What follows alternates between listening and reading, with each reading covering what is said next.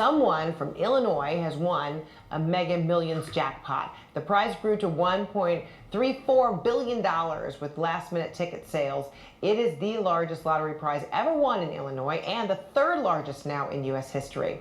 See, $1.3 billion, folks. That is a lot of money. $1.3 billion. We're talking about $1,000 million. So let me ask you this first before we dig into and I bring you what I have in mind for you regarding this, news. First thing first, will you, if you were in this situation, get off and so how will you quit your job if you were to quit the job? Are you quitting next day?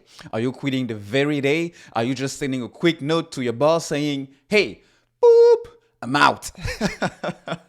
I don't know, because some people like to work, some people don't, but regardless of the amount of money they make. So this is somebody in Illinois who just made or find himself having a windfall of $1.3 billion in his hands, just like that.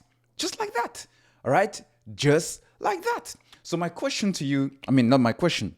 The thing is, when it comes to money, especially when you have so much money like this falling into your hands all of a sudden, it can be really, really scary. It can be intimidating. It can be stressing out. It can be stressful because you don't know exactly, what you're going to do with it, because even though time to time, personally, I think to myself, well, if I win the lottery, if I win $1 million, if I win $10 million, if I win $100 million, these are the things I'm going to do with the money. All right. But it's a different thing to actually have that money. And we're talking about $1 billion worth of wins. Now, something to keep in mind is actually it is not $1.3 billion that he's going to receive because of course, Uncle Sam has to have his fair share. We live in America, not in Wonderland. So if the winner decides to take, the $780.5 million lump sum, he will pay approximately $187.3 million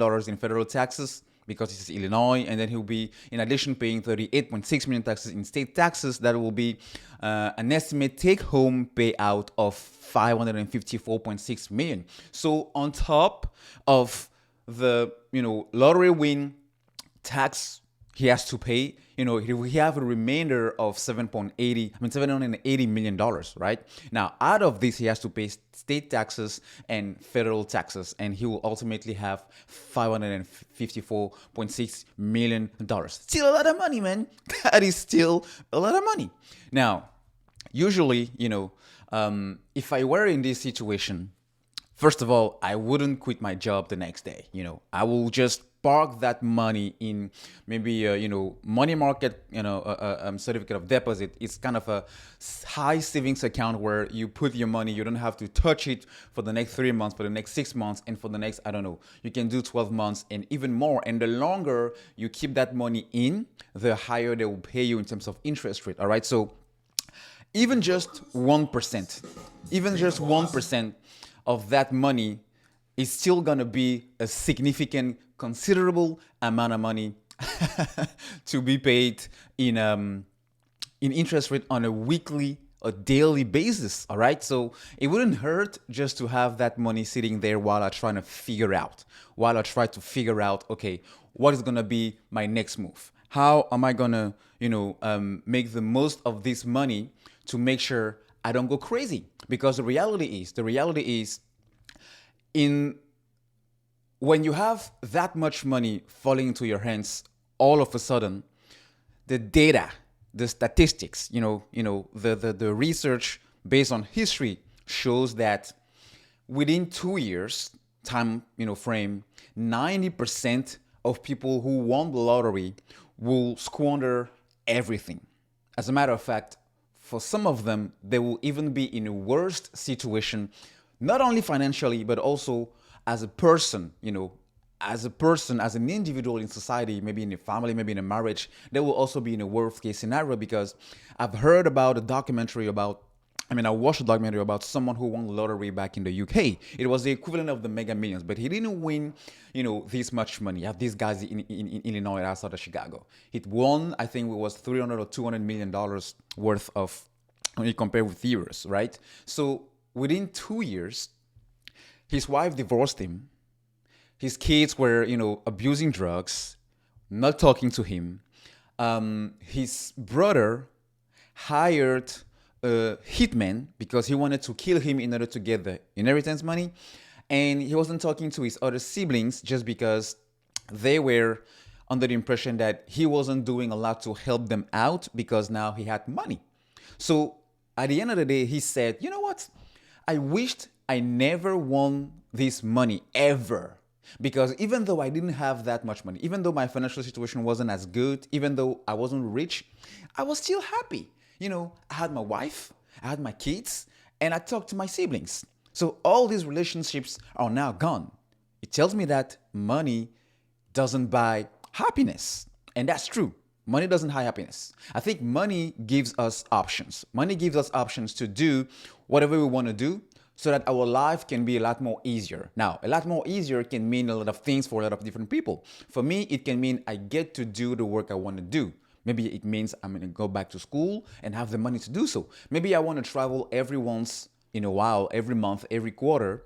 Maybe I want to do a tour of the entire world for the next year. I have the means to do so. Maybe I want to take my parents, send them to, Tahiti or to a beautiful island. I have the means to do so. Maybe I want to take my wife, maybe I want to retire my wife. Maybe I want to retire, my uncle or my grandpa or there's so many things I can do because I have money. But does that mean the very next day I'm waking up winning this money, my relationship with my wife will be different? Not at all. It doesn't change the fact that my relationship with my kids or my neighbors will be different. No, the only thing different is that I'm now getting to a net worth of X, maybe zero, maybe 10K, maybe 100K to 500 million, 200 millions. All right. Now, before I let you go, guys, there is something we need to look into because I believe this is the key of winning with money because there are only three things. There are only three things you can do with your money. You can either spend it, you can save it, and by save it, I mean invest it, all right, to make sure it continues to grow, all right? And you can either give it. So these are the three things you can do with money. So I think where money tends to be like the root of evil or being seen as the root of evil is because some people or many people, I would say the majority of people think that money is the root of every evil because they think when you have money, you become evil. No, money is just here to multiply whoever you were. Money is just here to enhance, to 10x, 100x your nature as a person, as an individual. So if you were a spender, all right, out of the three things I mentioned, if you were already a spender, you will spend a lot more money even now that you have money. And that's why some of these people 2 years within winning the lottery end up squandering everything. Because the reality in America today is 58% of workers, of employees, are living paycheck to paycheck. It doesn't matter if they make $50,000, which is the median income, or $300,000 per year. Why somebody making $300,000 per year will feel like he's living paycheck to paycheck? Because he lives beyond it means. He's spending a lot more than he's getting in every month as income. So it doesn't matter if you are winning $50,000 right now, or if you won $1.3 billion right now. If you are not in control of your spending, you will squander it. You will squander everything. All right. That's why it's so important to have a plan. To have a plan in order to do spend within your means, all right? Save it, invest it so that it can continue to grow and you can live off of the fruits, the interest, the babies that this money is giving birth to, all right? So that you can leave a legacy. And then give it because personally, I find that I'm more fulfilled when I give. But in order to give, I need to have. In order to have, I need to make sure I save. And that goes back to the whole spending thing because I can save if I can control my spending. All right? Now, the bottom line to finish with this whole thing, guys, is I don't care if I give you $50,000 now, all right? If you never, ever handle $50,000, it will feel like 500 million. It will feel like you just won the lottery, all right? But the chances he had in winning that $1.3 billion were around what? 1 out of 3,000?